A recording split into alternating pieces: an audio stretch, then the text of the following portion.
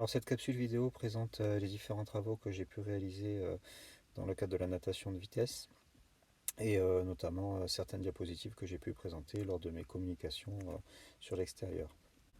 Alors cette diapositive présente l'usage de l'outil numérique fondé sur un tableur numérique et permet une différenciation pédagogique. Cet outil à la fois diagnostique, formatif, mais aussi évaluatif, permet à partir de la saisie de seulement deux données, le temps et le nombre de coups de bras, de renseigner élèves et enseignants qui peuvent ainsi prendre connaissance de plusieurs informations. Le dispositif, c'est celui-ci. Alors il nous apparaît intéressant dans la mesure où il rassemble un petit peu tous les niveaux de la natation scolaire, avec là un élève qui est plutôt en grande réussite, là des élèves qui sont effectivement sur du nager vite, et puis là des élèves qui sont plutôt en grande difficulté. Sur le bord du bassin, l'enseignant égrène les temps à voix haute à l'arrivée de chaque nageur, et puis les observateurs comptent le nombre de coups de bras de chacun de leurs nageurs.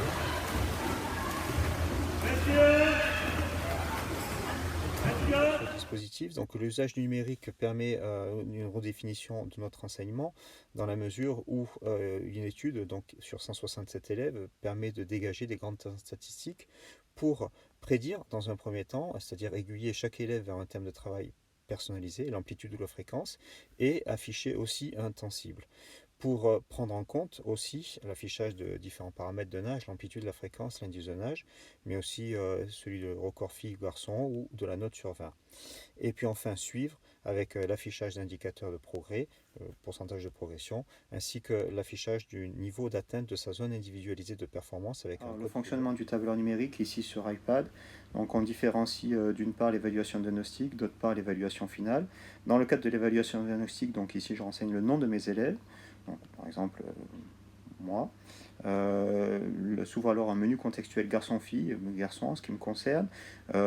Montant sur 25 mètres crawl nager vite, 35 secondes, suivi d'environ, observé par mon observateur, par exemple 42 coups de bras. Ici, 42 coups de bras sur un 25 mètres nager vite en 35 secondes, ça correspond quand même à beaucoup de coups de bras, donc en toute logique, ici, mon thème de travail prioritaire pour l'ensemble de la séquence natation serait l'amplitude. J'ai là un contrat didactique de 31,5 secondes, temps sur lequel je suis attendu en fin de séquence au terme de mes 10 séances de travail en natation de vitesse. Là, je peux prendre, dans l'évaluation diagnostique, je peux prendre connaissance de mes différents paramètres de nage, mon indice de nage, mon amplitude et puis ma fréquence. Si maintenant je ne fais pas 42 coups de bras, mais par exemple 29, mon thème de travail prioritaire change. Je suis ici en thème de travail prioritaire fréquence et mon contrat didactique aussi change. Il n'est plus de 31 secondes, mais de 29,8 secondes. Si dans le cadre de l'évaluation finale, j'arrive à réaliser les 29 secondes attendues avec toujours pareil, par exemple une trentaine de coups de bras. Je passe en zone individuelle de performance à atteinte, donc médaille d'argent ici, avec là un pourcentage de gain et une proposition de note sur 20. Maintenant, si je ne fais pas 29 secondes mais que j'arrive à performer par exemple à 24 secondes, ici, là, ma zone individualisée de performance change aussi. Je suis médaille d'or, atteinte et au-delà, avec bien entendu un pourcentage de gain qui s'améliore, une note sur 20 qui est bien meilleure, et ça me laisse la possibilité, donc là, de prendre le record garçon. Voilà donc pour ce dispositif. Donc l'outil numérique et les indicateurs de compétences. Il a été montré en 2014 que si l'amélioration du thème amplitude reste une priorité pour 80% des élèves, le thème de la fréquence de nage est une priorité pour 20% d'entre eux, c'est-à-dire environ un élève sur 5, c'est-à-dire 5-6 élèves dans la classe. Alors, dans la modalité élèves positionnés dans l'ordre alphabétique, pour des élèves de 6e engagés dans une pratique de 10 heures effectives en natation, un enseignant peut raisonnablement attendre, quel que soit le thème d'apprentissage retenu, une marge de progression entre 5 et 10 secondes sur le 25 mètres nagé vite, ce qui correspond principalement à une amélioration de 5 à 25% de la performance initiale des élèves. C'est ce qui semble se dégager ici sur ce graphique. L'enjeu est de différencier les voies d'accès de la réussite au terme d'une séquence, donc en proposant des zones individualisées de performance qui soient raisonnables, adaptées et équitables pour chaque élève. Alors, sur la natation, sur le nager vite,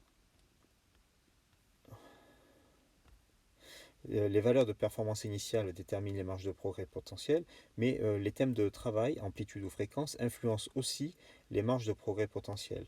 Et la vitesse est égale au produit de l'amplitude par la fréquence, et donc en toute logique, pour augmenter V, il faut augmenter soit l'amplitude, soit la fréquence, soit les deux. Et il a été montré aussi, dans le cadre de mes travaux, que le groupe fréquence a tendance à progresser un cran au-dessus, entre 5 et 35% d'amélioration, alors que l'amélioration du groupe amplitude se situe plutôt un cran en dessous, globalement entre 0 et 25% au niveau de la fourchette d'amélioration. Les effets sur les pratiques enseignantes, donc il s'agit, on l'a dit, de dégager des grandes statistiques pour proposer des zones individualisées de performance, que ce soit pour les filles comme pour les garçons, et cela passe nécessairement par la capacité à pouvoir générer des formules pour utiliser ce tableur numérique. Donc ici, la formule pour aller rechercher une valeur pour déterminer une note dans un barème. Ici, la formule pour établir le record fille ou le record garçon, et puis là la formule la plus complexe qui s'étale sur plusieurs lignes pour déterminer donc la zone individuelle de performance. Toujours est-il, c'est que l'usage de l'outil numérique paraît ici incontournable pour gérer la complexité des tendances statistiques qui se dégagent. Donc pour chacune des différentes fourchettes de performance initiale, de 15 à 20 secondes, de 20 à 25, de 25 à 30, etc., pour chacune des différentes marges de progrès les plus représentatives, ceux qui s'améliorent de 5%, de 10%, de 15%, etc., et au regard de chaque thème de travail, amplitude ou fréquence, prescrit en début de séquence. Les effets sur les élèves, donc lors de l'évaluation initiale et finale, on l'a vu, hein, aiguiller chaque élève vers une stratégie individuelle avec un thème de travail prioritaire, et puis engager chaque élève dans un contrat didactique personnalisé autour d'un temps cible. Lors de l'évaluation finale, permettre à chaque élève d'objectiver ses progrès, son pourcentage de progression, et puis permettre à chaque élève d'objectiver son niveau de compétence. Donc en lien avec un code couleur, hein, donc médaille d'or pour atteinte et au-delà, argent pour atteinte, bronze pour presque atteinte, et puis zone rouge pour non atteinte. On y retrouve ici la compétence P5 du référentiel de compétences des enseignants, construire et utiliser des outils permettant l'évaluation des besoins, des progrès, mais aussi du degré d'acquisition des compétences. Le débat modalité d'évaluation, c'est quelque chose que je me suis posé comme question sur mes dernières années au collège. Donc dans la modalité d'opposition, sous forme finale des champions, une étude révèle que sur 50 élèves, environ un tiers des élèves, 32% pour être précis, est capable de nager encore plus vite, jusqu'à 20% plus vite, quand ils nagent. Alors dans cette finale, À vos marques et hop! finale des champions avec les élèves répartis en fonction de leur meilleur temps en forme de delta, selon le Rayfina, le meilleur temps au milieu. On voit des élèves qui performent, des élèves qui contre-performent aussi, mais on voit surtout à l'arrivée des élèves qui regardent où sont les autres par rapport à soi-même. Dans la finale espoir, les élèves les moins rapides, le fonctionnement est le même. Les meilleurs temps sont placés au milieu. Et là encore, on voit des élèves qui sont plutôt qui surperforment, d'autres qui sont aussi en contre-performance. Mais toujours est-il qu'à l'arrivée, on retrouve encore des élèves qui ont le désir, la volonté de nager contre, et qui regardent où sont les autres.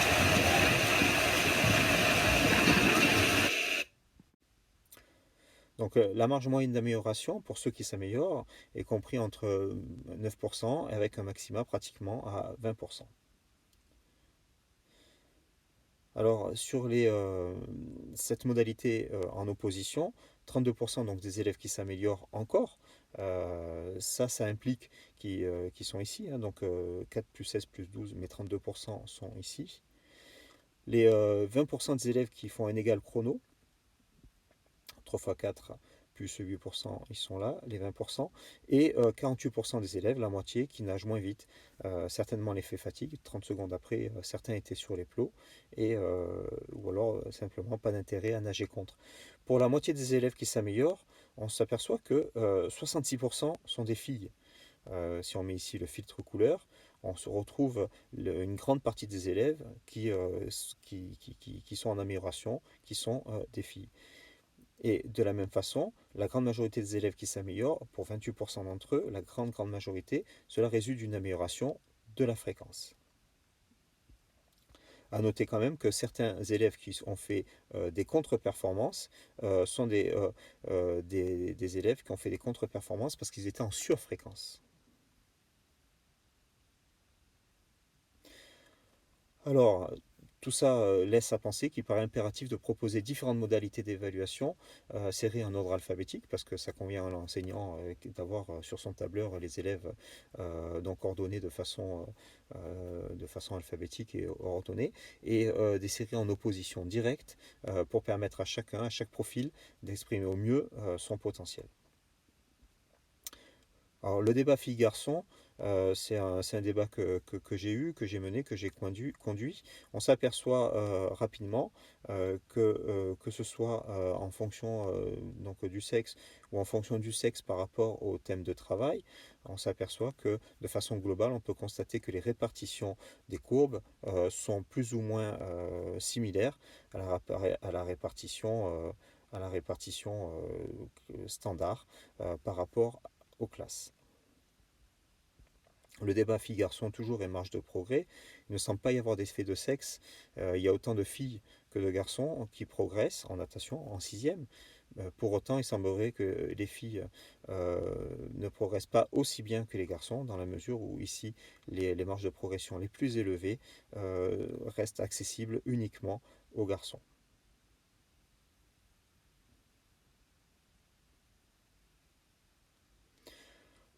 Par rapport au thème de travail entre filles et garçons, savoir si les filles et les garçons ont les mêmes besoins en amplitude et fréquence, c'est des questions qui m'ont régulièrement été posées lors des expressions orales et des présentations des travaux. Donc ici, on peut voir que de façon globale, on retrouve dans chaque groupe de travail prioritaire, amplitude et fréquence, des filles comme des garçons. Pour autant, les filles sont réparties de façon plus ou moins équilibrée entre l'amplitude et la fréquence, et les garçons, par contre, se retrouvent majoritairement sur un travail prioritaire prescrit en fréquence. Pour autant, en amplitude par contre, pour autant, il y en a certains donc, qui sont aussi qui ont des besoins sur la fréquence. Par rapport aux notes, sur les 167 élèves en natation de vitesse, hein, en sixième, le palmarès entre les 10 premiers et les 10 derniers, si je le regarde, c'est celui-ci. On peut constater là aussi qu'il y a des répartitions qui sont similaires. Les 10 meilleurs temps s'étalent donc de 14 à 19 secondes avec 4 filles et 6 garçons. Je remarque que la meilleure perf est tenue par une fille qui certes faisait du club, mais tout de même. Voilà, et les 10 derniers temps sont compris entre 34 et 44 secondes, et on y retrouve là aussi 3 filles et 7 garçons. En fonction de la répartition des notes en fonction du sexe, là aussi on voit que c'est assez homogène et cohérent.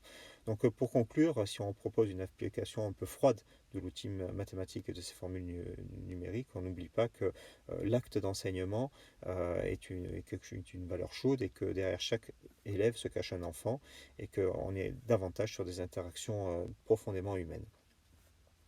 On retient que si un tiers des élèves a réussi à nager plus vite en confrontation directe, la moitié des élèves a quand même nagé moins vite dans cette deuxième modalité, d'où l'importance de proposer ces différentes modalités d'évaluation pour accéder à 100% du potentiel de chaque profil d'élève.